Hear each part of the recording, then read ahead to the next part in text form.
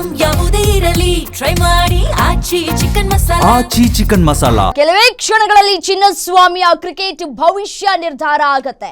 Chinnaswamy ಸ್ಟೇಡಿಯಂನಲ್ಲಿ IPL ನಡೆಯುತ್ತಾ ಇಲ್ವಾ ಅನ್ನುವಂತಹ ಪ್ರಶ್ನೆಗ ಪ್ರತಿಯೊಬ್ಬ ಅಭಿಮಾನಿಗೂ ಕಾಡ್ತಾ ಇದೆ. ಏನಾಗಬಹುದು ಅಂತ ಹೇಳಿ.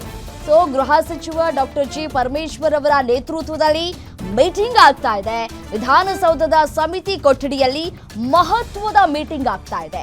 RCB, KSCA ಹಾಗೂ ಉನ್ನತ ಮಟ್ಟದ ಕಮಿಟಿಯೊಂದಿಗೆ ಸಭೆಯನ್ನ ನಡೆಸಲಾಗ್ತಾ ಇದೆ. ಚಿನ್ನಸ್ವಾಮಿ ಸ್ಟೇಡಿಯಂ ವೀಕ್ಷಿಸಿ ವರದಿಯನ್ನ ಕೊಟ್ಟಿದ್ದಂತಹ ಉನ್ನತ ಮಟ್ಟದ ಕಮಿಟಿಯ ವರದಿ ಕುನ್ಹಾ ವರದಿಯ ಶಿಫಾರಸ್ಸಿನ ಕುರಿತು ಚರ್ಚೆಗಳಾಗ್ತಾ ಇದೆ.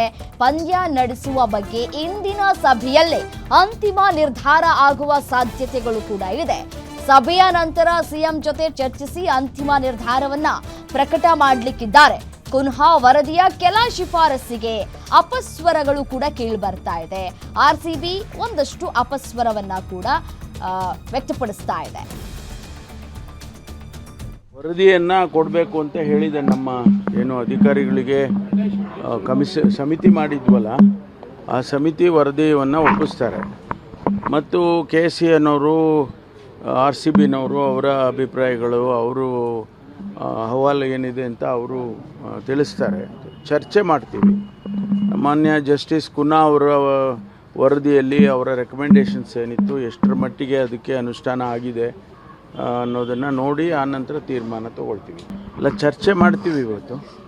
ಆನಂತರ ನಾನು ಸಂಜೆ ಕ್ಯಾಬಿನೆಟ್ ಇದೆ, ಕ್ಯಾಬಿನೆಟಿಗೆ ಬ್ರೀಫ್ ಮಾಡ್ತೀನಿ. ಯಾಕೆಂದರೆ ಕ್ಯಾಬಿನೆಟ್ಟು ನನಗೆ ಅಥರೈಸ್ ಮಾಡಿದರು. ನಾನು ಮತ್ತೆ ಅಭಿಪ್ರಾಯಗಳನ್ನೆಲ್ಲ ಸಂಗ್ರಹಣೆ ಮಾಡಿ ಕ್ಯಾಬಿನೆಟ್ಟಿಗೆ ಬ್ರೀಫ್ ಮಾಡಬೇಕಲ್ವ. ಸೊ ಆನಂತರ ಕ್ಯಾಬಿನೆಟ್ ಡಿಸಿಷನ್ ತೊಗೊಳ್ತೀವಿ. ವರದಿಯನ್ನು ಕೊಡಬೇಕು ಅಂತ ಹೇಳಿದೆ. ನಮ್ಮ ಏನು ಅಧಿಕಾರಿಗಳಿಗೆ ಸಮಿತಿ ಮಾಡಿದ್ವಲ್ಲ, ಆ ಸಮಿತಿ ವರದಿಯನ್ನು ಒಪ್ಪಿಸ್ತಾರೆ.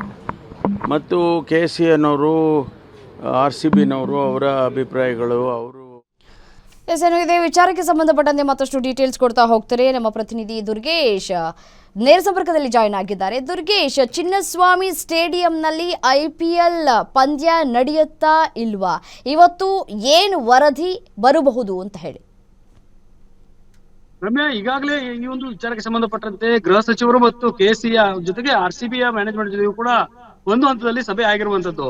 ಈ ಹಿಂದೆ ಆಗಿರುವಂತಹ ಘಟನೆಗೆ ಸಂಬಂಧಪಟ್ಟಂತೆ ಈಗಾಗಲೇ ಜಸ್ಟಿಸ್ ಕುನ್ನಾ ಅವರು ಶಿಫಾರಸುಗಳನ್ನ ನೀಡಿದ್ದಾರೆ, ವರದಿಯನ್ನು ನೀಡಿದ್ದಾರೆ. ಆ ಒಂದು ಶಿಫಾರಸುಗಳು ಯಾವ ರೀತಿ ಆಗಿದೆ ಅನ್ನುವಂತ ನಿಟ್ಟಿನಲ್ಲಿ ಚರ್ಚೆಗಳನ್ನ ಮಾಡಬೇಕಾಗಿದೆ. ಹೀಗಾಗಿ ಇವತ್ತು ಪರಮೇಶ್ವರ ನೇತೃತ್ವದಲ್ಲಿ ಮಹತ್ವವಾದ ಸಭೆಯನ್ನ ಕರೆದಿರುವಂತದ್ದು.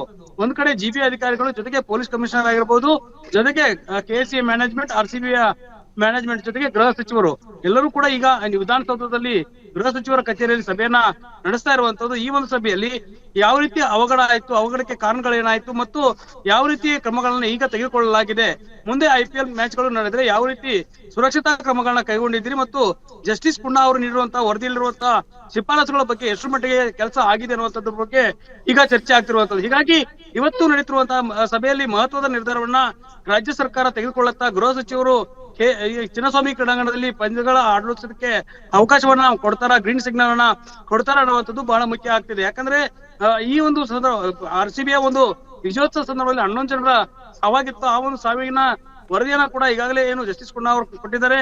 ಜೊತೆಗೆ ಅಧಿಕಾರಿಗಳನ್ನ ಸಸ್ಪೆಂಡ್ ಕೂಡ ಮಾಡಲಾಗಿತ್ತು, ಸಾಕಷ್ಟು ಕ್ರಮಗಳನ್ನ ಕೈಗೊಳ್ಳಲಾಗಿತ್ತು.